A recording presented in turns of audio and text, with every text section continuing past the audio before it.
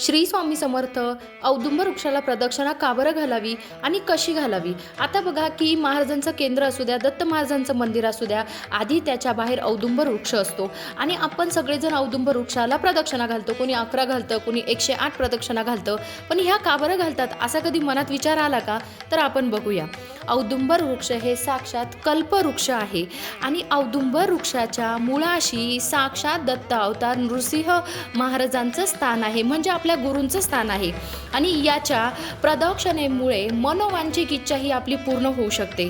आणि आपल्यावर जर समजा करणी बाधा असेल किंवा मग तंत्रमंत्र काही असेल, नजरदोष असेल, काही पीडा असेल किंवा काही आजार असेल, तर ते सुद्धा औदुंबराच्या प्रदक्षिणेमुळे हे नाहीसे होतात. हृदयविकार असेल समजा किंवा श्वसन मार्गाचे काही आजार असतील, तर त्याच्यामध्ये सुद्धा औदुंबर प्रदक्षिणा ही खूप फलदायी ठरते. औदुंबर प्रदक्षिणा घातल्याने मनशांती प्राप्त होते आणि अध्यात्माची आपल्याला गोडी लागते. अध्यात्माचा जो काही प्रवास आहे तो अगदी सुखकर होतो. एवढंच नाही तर ग्रह नक्षत्रांचा अशुभ प्रभाव औदुंबर प्रदक्षिणेमुळे दूर होतो आणि अडलेली आणि अशक्य कामे सुद्धा औदुंबर प्रदक्षिणेमुळे मार्गी लागतात. तर कमीत कमी 108 औदुंबर प्रदक्षिणा हे आपल्याला घालायच्या असतात. आता ही प्रदक्षिणा कशी घालावी?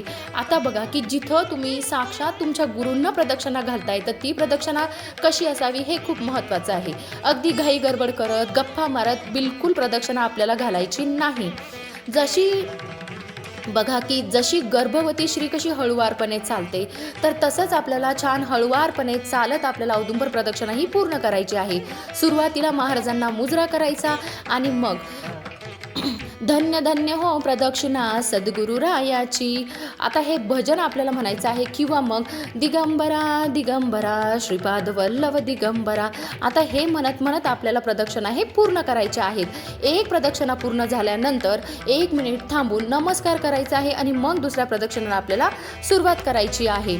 तर अशा प्रकारे कमीत कमी 108 प्रदक्षिणा आपल्याला घालायच्या आहे. याच्याने तुम्हाला म्हणजे खूप चांगले परिणाम हे दिसून येतील. श्री स्वामी समर्थ.